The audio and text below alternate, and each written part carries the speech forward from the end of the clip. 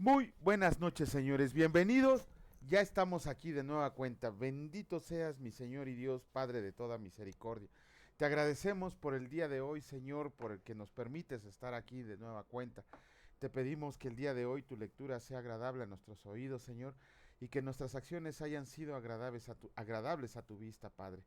Te agradecemos por la fuerza que nos das diariamente para seguir adelante, pero sobre todo por resguardarnos del mal. Bendito seas por siempre y siempre. Amén. Muy buenas noches, señores. Bienvenidos. Pues ya otra vez estamos aquí. Vamos a comenzar con la lectura y como siempre la reflexión acertada de nuestro hermano Raimundo y que fue acerca del versículo del día de hoy, que fue del profeta Isaías, del capítulo 43, versículo 2, y que escrito está: Cuando pases por las aguas, yo estaré contigo, y si por los ríos, no te anegarán. Cuando pases por el fuego, no te quemarás, ni la llama arderá en ti. El Todopoderoso nos da estas afirmaciones para la eternidad, y que hoy Él desea que las vivamos intensamente, demostrando con ejemplos de que estamos cimentados en la verdad absoluta, al tomar la decisión de poner por obra las enseñanzas de Jesús, el Santo de Israel. Porque reconocemos que nuestra naturaleza humana está rodeada de codicia, envidia, avaricia y muchas tentaciones más que nos queman y ahogan con sus mentiras escondidas, en donde se nos prueba la obediencia a los preceptos del Creador del universo, confirmando lo que escrito está. Porque yo derramaré agua sobre la sequedad y ríos sobre la tierra árida. Derramaré mi espíritu sobre tu descendencia y mi bendición sobre cuanto nazca de ti. Esta profecía fortalece nuestra fe en el único Dios verdadero y en Jesucristo, su amado Hijo, que nos confirma que Él estará con nosotros hasta el fin del mundo. Aleluya. ¡Wow! Qué bonitas reflexiones hace nuestro hermano Raimundo acerca de esto y la promesa que nos hace el Señor. Si contáramos las promesas que nos hace desde el Antiguo Testamento, ni siquiera, no, y deberíamos ir subrayando las promesas que nos hace el Señor. En cada capítulo nos da unas promesas hermosas, como por ejemplo esta promesa de protección y bendición que nos da en este versículo del día de hoy y que ya estaremos leyendo cuando lleguemos al profeta Isaías. Vamos a comenzar con la lectura, continuamos con el capítulo 25, bueno, iniciamos con el capítulo 25 del primer libro de Crónicas y escrito está: distribución de músicos y cantores. Asimismo, David y los jefes del ejército apartaron para el ministerio a los hijos de Asaf, de Emán y de Jedutún, para que profetizaran con arpas, salterios y címbalos. Y el número de ellos, hombres idóneos para la obra de su ministerio, fue: de los hijos de Asaf, Sacur, José, Netanías y Azarela. Hijos de Asaf, bajo la dirección de Asaf, el cual profetizaba bajo las órdenes del rey. De los hijos de Jedutún, Gedalías, Seri, Jesaías, Asabías, Matatías y Simei. 6 bajo la dirección de su padre Jedutún, el cual profetizaba con arpa para clamar y alabar al Señor. De los hijos de Emán, Buquías, Matanías, Uziel, Sebuel, Jeremot, Ananías, Anani, Eliata, Gidalti, Romantieser, Josbecasa, Maloti, Otir y Masayot. Todos estos fueron hijos de Emán, vidente del rey en las cosas de Dios, para exaltar su poder. Y Dios dio a Emán 14 hijos y 3 hijas, y todos estos estaban bajo la dirección de su padre en la música, en la casa del Señor, con címbalos, salterios y arpas, para el ministerio del templo de Dios. Asaf, Jedutún y Emán estaban por disposición del rey, y el número de ellos con sus hermanos instruidos en el canto para el Señor, todos los aptos fue 288. Y echaron suertes para servir por turnos, entrando el pequeño con el grande, lo mismo el maestro que el discípulo. La primera suerte salió por Asaf para José, la segunda para Gedalías, quien con sus hermanos e hijos fueron 12, la tercera para Sacur con sus hijos y sus hermanos 12, la cuarta para Isri con sus hijos y sus hermanos 12, la quinta para Netanías con sus hijos y sus hermanos 12, la sexta para Buquías con sus hijos y sus hermanos 12, la séptima para Jezarela con sus hijos y sus hermanos 12, la octava para Jesaías con sus hijos y sus hermanos 12, la novena para Matanías con sus hijos y sus hermanos 12, la décima para Simei con sus hijos y sus hermanos 12, la undécima para Azarael con sus hijos y sus hermanos 12, La duodécima para Asabías con sus hijos y sus hermanos, 12. La decimotercera para Subael con sus hijos y sus hermanos, 12. La decimacuarta para Matatías con sus hijos y sus hermanos, 12. La decimaquinta para Jeremot con sus hijos y sus hermanos, 12. La decimasexta para Ananías con sus hijos y sus hermanos, 12. La decimaséptima para Josbecasa con sus hijos y sus hermanos, 12. La decimoctava para Anani con sus hijos y sus hermanos, 12. La decimonovena para Maloti con sus hijos y sus hermanos, 12. La 20ª para Eliata con sus hijos y sus hermanos, 12. La 21ª para Utir con sus hijos y sus hermanos, 12. La 22ª para Gidalti con sus hijos y sus hermanos, 12. La 23ª para Masayot con sus hijos y sus hermanos, 12. La 24ª para Romanti Eser con sus hijos y sus hermanos, 12. Y los utensilios consagrados a Dios, a la casa edificada al nombre del Señor. Capítulo 25, no, ¿saben qué? Espérenme, porque aquí le falta un pedazo al versículo 31. Déjenme buscarlo aquí en la palabra del Señor. Aquí estoy en Josué, acá ando ya en Reyes, aquí está, ya estamos en Crónicas, y fue el capítulo 25. Aquí lo tengo que tener, porque no quiero estar aquí inventando las cosas que no son. 25. El versículo 31 completamente debe de decir: la 24ª para Maasaías con sus hijos y sus hermanos, 12. Otra vez, la 30. Versículo 30 dice: la 23ª para Maasayot con sus hijos y sus hermanos, 12. La 24ª para... ahora sí, versículo 31. La 24ª para... No, estos lentes no me dejan ver, permítanme. Eso me pasa por no fijarme bien cuando hago las láminas, por hacerlas todo cansado. Vamos a hacerlo. Ahora sí, qué diferencia. La 24ª para Remanti Eser con sus hijos y sus hermanos, 12.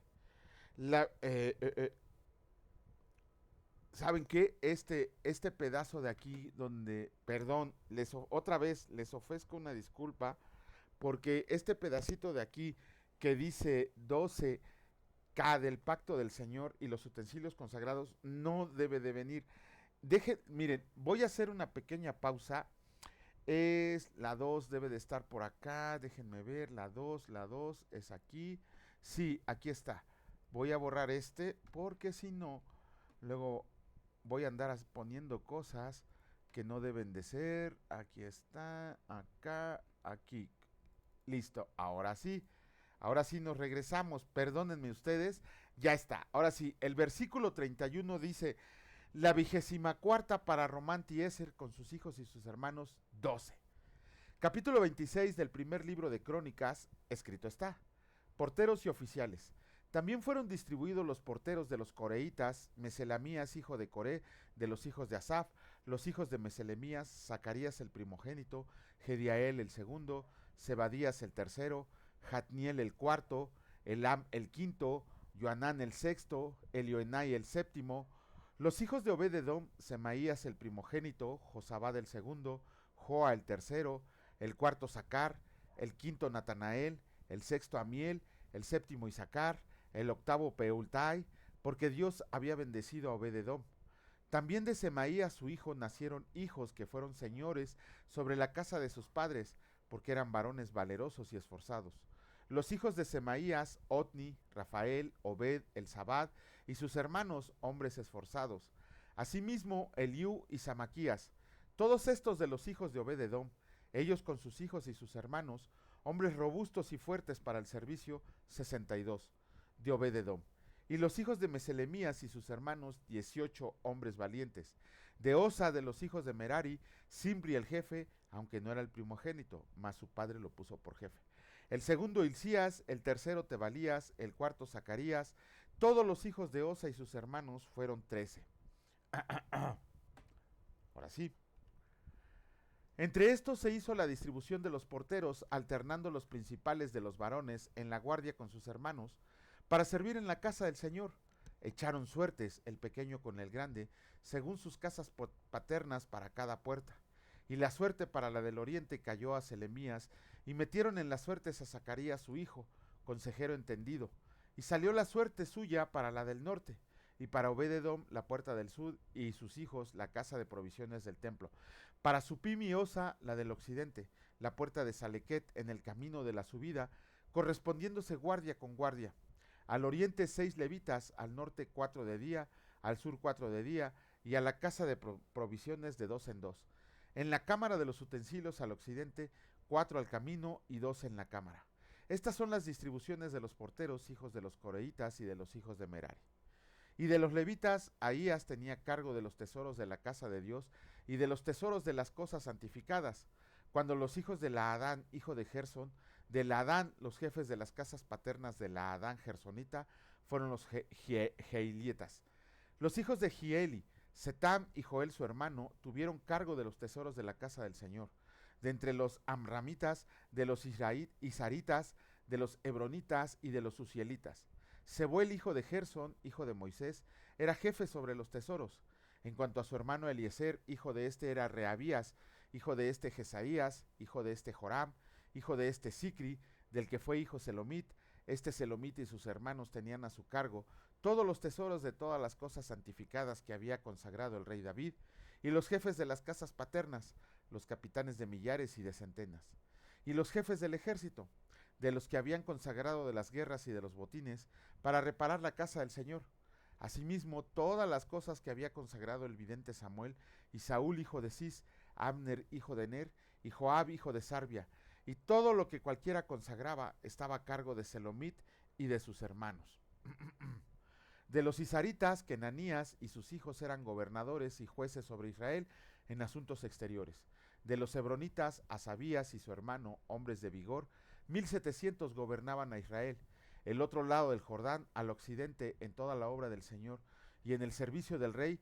De los hebronitas, Jerías era el jefe de los hebronitas, repartidos en sus linajes por sus familias. En el año 40 del reinado de David se registraron, y fueron hallados entre ellos hombres fuertes y vigorosos en Jazer de Galaad, y sus hermanos, hombres valientes, eran 2700, jefes de familias, los cuales el rey David constituyó sobre los rubenitas, los gaditas y la media tribu de Manasés, para todas las cosas de Dios y los negocios del rey. Capítulo 27 del primer libro de Crónicas, escrito está. Otros oficiales de David. Estos son los principales de los hijos de Israel, jefes de familia, jefes de millares y de centenas, y oficiales que servían al rey en todos los negocios de las divisiones que entraban y salían cada mes durante todo el año, siendo cada división de 24,000. Sobre la primera división del primer mes estaban Jasobeam, hijo de Sabdiel, y había en su división 24,000. De los hijos de Faris, él fue jefe de todos los capitanes de las compañías del primer mes. Sobre la división del segundo mes estaba Dodai Ahoita, y Miclot era jefe en su división, en la que también había 24,000. El jefe de la tercera división para el tercer mes era Benaya, hijo del sumo sacerdote Joiada, y en su división había 24,000. Este Benaya era valiente entre los 30 y sobre los 30, y en su división estaban Amisadab su hijo. El cuarto jefe para el cuarto mes era Asael, hermano de Joab, y después de él Zebadía su hijo, y en su división había 24,000. El quinto jefe para el quinto mes era Samut israelita, en su división había 24,000. El sexto para el sexto mes era Ira, hijo de Iques, de Tecoa, y en su división 24,000. El séptimo para el séptimo mes era Eles Pelonita, de los hijos de Efraín, y en su división 24,000. En el octavo para el octavo mes era Sibecai Usatita, de los Seraitas, y en su división 24,000. El noveno para el noveno mes era Abieser Anatotita, de los Benjaminitas, y en su división 24,000. El décimo para el décimo mes era Maharaí Netofatita, de los Seraitas, y en su división 24,000. El undécimo para el undécimo mes era Benaya Piratonita, de los hijos de Efraín, y en su división 24,000. El duodécimo para el duodécimo mes era Eldai Netofatita, de Otoniel, y en su división 24,000. Asimismo, sobre las tribus de Israel, el jefe de los Reubenitas era Eliezer, hijo de Sicri, de los Simeonitas, Cefatías, hijo de Maaca, de los levitas, Asabías, hijo de Kemuel, de los de Aarón, Sadoc, de Judá, Eliú, uno de los hermanos de David, de los de Isaacar, Omri, hijo de Micael, de los de Zabulón, Ismaías, hijo de Abías, de los de Neftalí, Jerimot, hijo de Arriel, De los hijos de Efraín, Oseas, hijo de Asasías. De la media tribu de Manasés, Joel, hijo de Pedaías. De la otra media tribu de Manasés, en Galaad, Ido, hijo de Zacarías. De los de Benjamín, Jasiel, hijo de Abner. Y de Dan, Azareel, hijo de Jeroam. Estos fueron los jefes de las tribus de Israel. Y no tomó David el número de los que eran de 20 años abajo, por cuanto el Señor había dicho que él multiplicaría a Israel como las estrellas del cielo. Joab, hijo de Sarbia, había comenzado a contar, pero no acabó. Pues por esto vino el castigo sobre Israel, y así el número no fue puesto en el registro de las crónicas del rey David. Asmavet, hijo de Adiel, tenía a su cargo los tesoros del rey, y Jonatán, hijo de Usías, los tesoros de los campos, de las ciudades, de las aldeas y de las torres. Y de los que trabajaban en la labranza de las tierras, Esri, hijo de Kelub, de las viñas Simei Ramatita, y del fruto de las viñas para las bodegas Sabdi, Sifmita, de los olivares e higuerales de la Cefela, Baal Enán Gederita, y de los almacenes del aceite, Joás, del ganado que pastaba en Sarón, Sitraí Saronita, y del ganado que estaba en los valles, Safat, hijo de Adlai, de los camellos, Obil Ismaelita, de las asnas, Geedías Meronotita, y de las ovejas, Jasís Agareno. Todos estos eran administradores de la hacienda del rey David. Y Jonatán, tío de David, era consejero, varón prudente y escriba. Y Jehiel, hijo de Acmoni, estaba con los hijos del rey. También Aitofel era consejero del rey, y Usai Arquita, amigo del rey. Después de Aitofel estaba Joyada, hijo de Benaya, y Abiatar, y Joab era del ejército, y Joal era del ejército del rey. Bueno, con esto terminamos la lectura del Antiguo Testamento, los capítulos corrientes de Crónicas, que ya lo vamos a acabar. ¿Y qué nos enseña estos capítulos? Que Dios es un Dios de orden. Así nos enseñan dos lecciones muy, muy grandes. La primera que tenemos que notar es que Dios es un Dios de orden. ¿Por qué? Porque vemos aquí el orden que puso para ministrar en el templo, el orden que puso para los oficiales de David, el orden que puso para los administradores de la casa de David. No es un Dios al que le guste el desorden, no es un Dios al que, pues por allá pone a este o por hasta el número va perfectamente contado de todas y cada una de las tribus, quiénes iban a servir, quiénes eran guerreros, quiénes eran ejército, quiénes eran soldados. Todos ellos tenían un encargo en específico. Y David, no, la palabra dice que David, pero en realidad fue orden del Señor, de Dios, de que se pusiera en orden todas las cosas que se tenían que poner en cada uno de los oficiales, en cada uno de los servidores de la casa de David. Todos tenían un cargo específico. Ningún levita podía, por ejemplo, cantar en el coro y después irse a cuidar una puerta. No, cada uno tenía su mención especial de lo que tenía que hacer en el tabernáculo del Señor. Pero aquí hay una cosa que nos debe de llamar mucho la atención. De hecho, voy a buscar la lámina donde lo dice. Por aquí está, dice evidente. Ah, sí, ok. Miren, fíjense lo que dice el versículo, si es el 4, no, el versículo 3 del capítulo 25 del libro primero de Crónicas. Pongan mucha atención.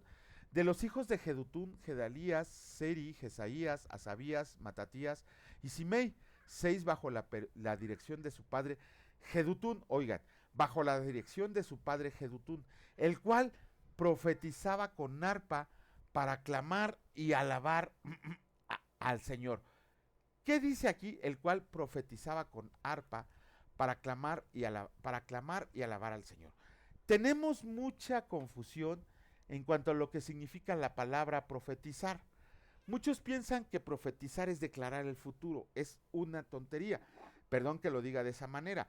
Pero profetizar no significa que te digan el futuro, no significa que te digan que te va a ir bien, no significa que tengas el don para predecir las cosas que vienen, absolutamente no. La palabra profecía viene de la palabra declarar hebrea. Se me olvidó ahorita el término, no, mañana se los doy, a ver si mi esposita me recuerda mañana que busque la raíz hebrea de la palabra profecía, porque la palabra profecía significa declarar la palabra del Señor. Y estamos viendo el mejor ejemplo aquí con Jedutún. que él dice la palabra que profetizaba con arpa, pero ¿para qué profetizaba? Para aclamar y alabar al Señor.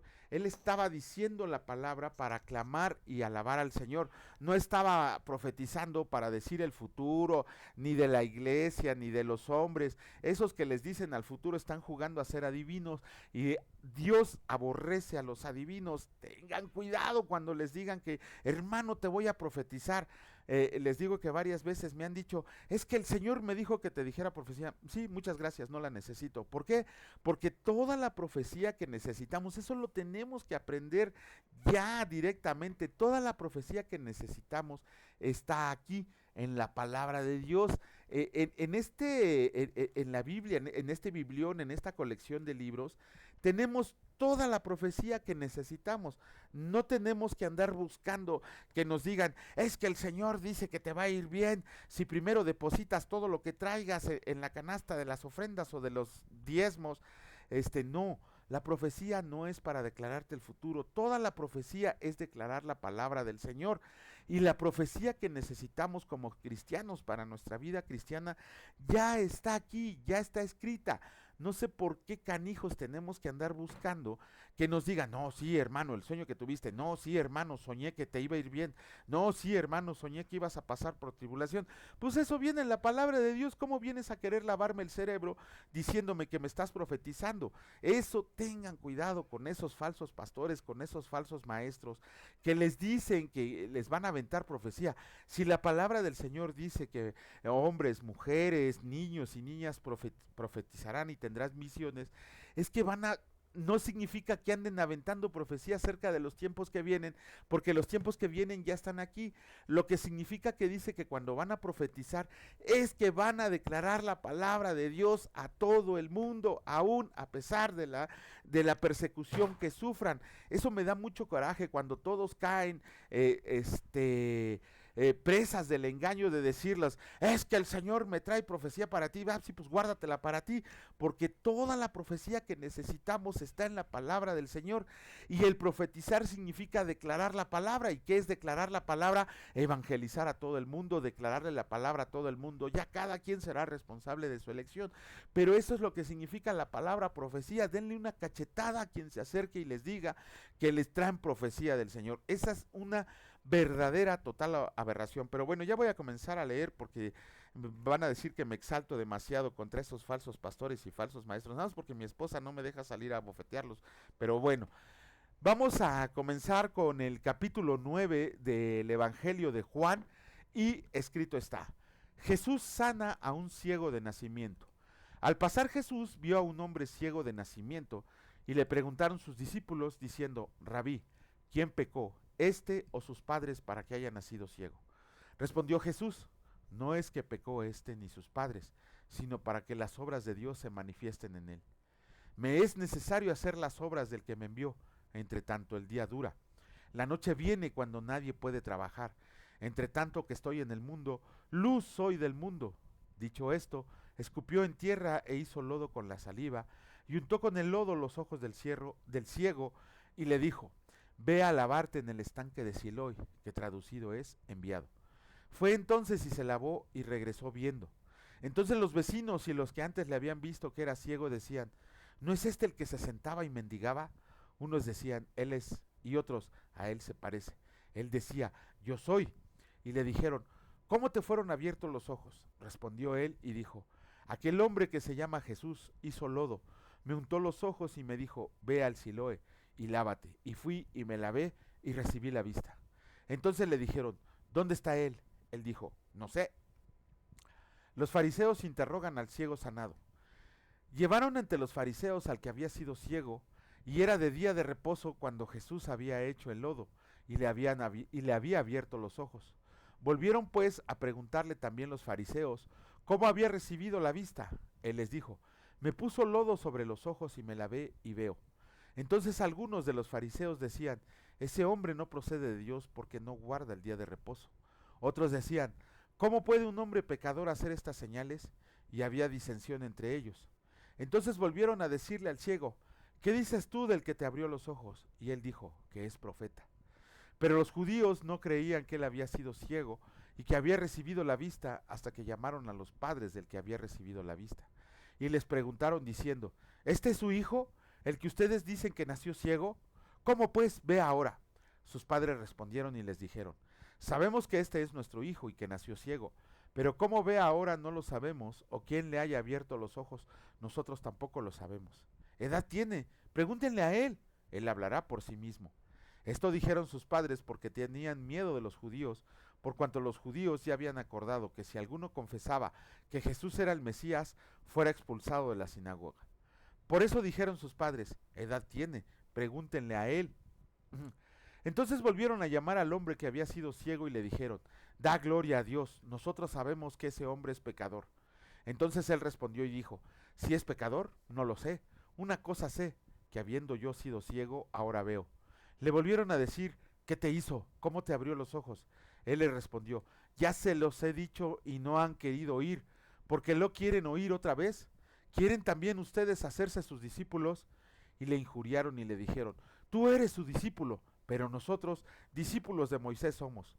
Nosotros sabemos que Dios ha hablado a Moisés, pero respecto a ese no sabemos de dónde sea. Respondió el hombre y les dijo, pues esto es lo maravilloso, que ustedes no sepan de dónde sea. Y a mí me abrió los ojos, y sabemos que Dios no oye a los pecadores, pero si alguno es temeroso de Dios y hace su voluntad, a ese oye. Desde el principio no se ha oído decir que alguno abriera los ojos a uno que nació ciego. Si éste no viniera de Dios, nada podría hacer. Respondieron y le dijeron, tú naciste del todo en pecado, y nos enseñas a nosotros, y lo expulsaron. ¿Cuánto barullo por el milagro de devolverle la vista a un ciego, ¿no? ¿Cuánto hicieron estos fariseos que no querían creer en Jesús, a pesar de que le habían pedido señales, a pesar de los milagros y señales que había hecho nuestro Señor Jesucristo? Los fariseos obstinaron su corazón y decidieron no creer que nuestro Señor era el Cristo, era el Mesías, era el Hijo de Dios, era Dios mismo encarnado para venir a darle salvación a todos y cada uno de los hombres, que Jesucristo primero había venido a las ovejas perdidas de Israel, pero esas ovejas la rechazaron y se fue al demás rebaño que sí lo escuchó. Vemos aquí que hizo un milagro de devolverle la vista a un ciego de nacimiento. ¿Qué más señal querían para poder admitir que era el Hijo de Dios? Le decían de todo menos que era el Hijo de Dios, que podía hacer ese tipo de milagros. No es difícil, porque ahora, aunque viniera nuestro Señor Jesús e hiciera ese mismo tipo de milagros, yo creo que recibiría más rechazo en estos tiempos que el que recibió cuando vino. Qué bueno que en su segunda venida va a venir a acabar con todos los que se levanten en contra del conocimiento del Hijo de Dios. Aquí también vemos, miren, hace poco me preguntaron acerca de por qué el Señor Jesús había hecho, con su saliva, había hecho lodo y se lo había untado en los ciegos al ojo. ¿Qué eso qué significaba? Ok, en realidad no es como lo que leímos antieras, no, sí, antier, acerca de la escritura en el suelo. No lo sabemos. No, por más que investiguemos, podemos dar una y muchas teorías acerca de lo que estaba escribiendo Jesús. Solo cuando estemos en su presencia le preguntaremos qué estaba escribiendo. Les comentaba que hay un libro que más o menos da un poco más de luz acerca de lo que estaba escribiendo nuestro Señor Jesús. Pero vuelve a pasar lo mismo, porque el Señor le escupió en el suelo, hizo lodo y se lo untó en los ojos al ciego. No lo sabemos, solo el Señor lo sabe. Aunque no recuerdo el nombre de esta persona que da esta enseñanza, no lo recuerdo, disculpen, no puedo recordar todos los nombres, pero este señor dice, ¿qué dice la palabra? Que nosotros, ¿qué dice Abraham? Polvo somos y al polvo volveremos. Entonces lo que dicen es que el Señor Jesús tomó polvo de la tierra, lo hizo lodo y se lo untó al ciego de nacimiento para restaurarle la vista. O sea, del mismo polvo del que había sido formado, le puso polvo de esa tierra en los ojos para poder corregir el remedio. Ojo, no es que eso haya pasado, es una historia que a mí me gusta mucho de un erudito bíblico, de un escritor bíblico, que dice que eso significa que escupió en el suelo e hizo lodo. ¿Por qué?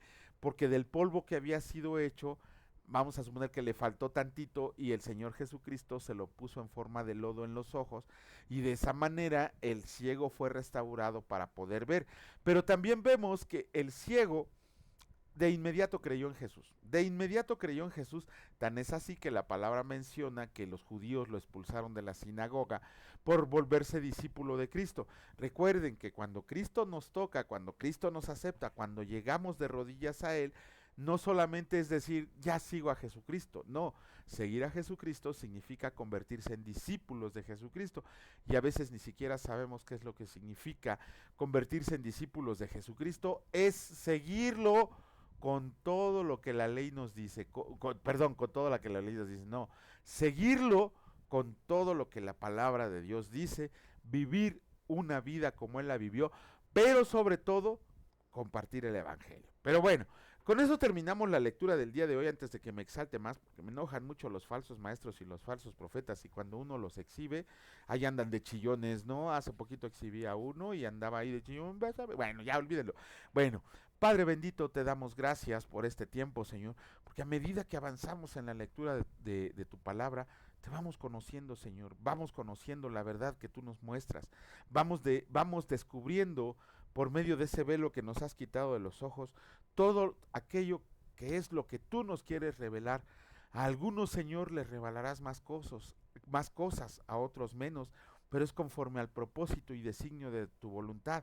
Lo único que nosotros te clamamos, Señor, desde el fondo de nuestro corazón, con nuestra boca y con nuestra mente, es que no nos quites el deseo de seguir leyendo y escuchando tu palabra, Señor. Te pedimos y te agradecemos que nos hayas elegido para esto. Te pedimos, Señor, que a todos los que nos siguen, a todos los que nos escuchan la palabra, les llenes de bendición, Señor, y que sigan con ese anhelo y con ese deseo de poder seguir adelante. Hoy te quiero pedir en especial, Señor, por mi hermano Raimundo, que está en otro estado de la República y que a pesar de que ya es una persona grande, a pesar de que hace poco sufrió le hicieron una operación muy peligrosa, aquí está ese varón, Señor, dándonos un comentario diariamente con todo su esfuerzo, con toda su sabiduría. También te pido, Señor, por nuestro hermano Víctor, que donde quiera que estés lo sigas llenando de bendición, que no se desvíe ni a derecha ni a izquierda, que siga con ese anhelo de llevar tu palabra a todos el necesitado de ella.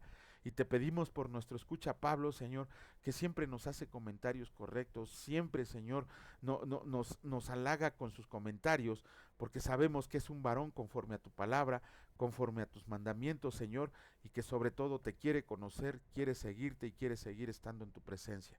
Te damos gracias por este día, el que nos has llenado de provisiones, en el cual has resguardado nuestro hogar y has cuidado de nuestra familia. Te pedimos que cuando nos pongas en tribulación, Señor, cuando caigamos en tentación, estés con nosotros peleando esas batallas. Te damos gracias, te alabamos y te bendecimos, a ti, mi Dios Creador Todopoderoso, a ti, mi Señor Jesucristo Salvador, mi Dios vivo hecho carne, y a ti, mi Señor Espíritu Santo, que vives y moras en nuestro templo, en ese templo que nos has regalado para cuidarlo. Los alabamos, los bendecimos, les damos la gloria y benditos sean por siempre y para siempre. Amén. Que Dios les bendiga, señores, y si Dios lo permite, nos vemos el día de mañana. Cuídense mucho, hasta luego.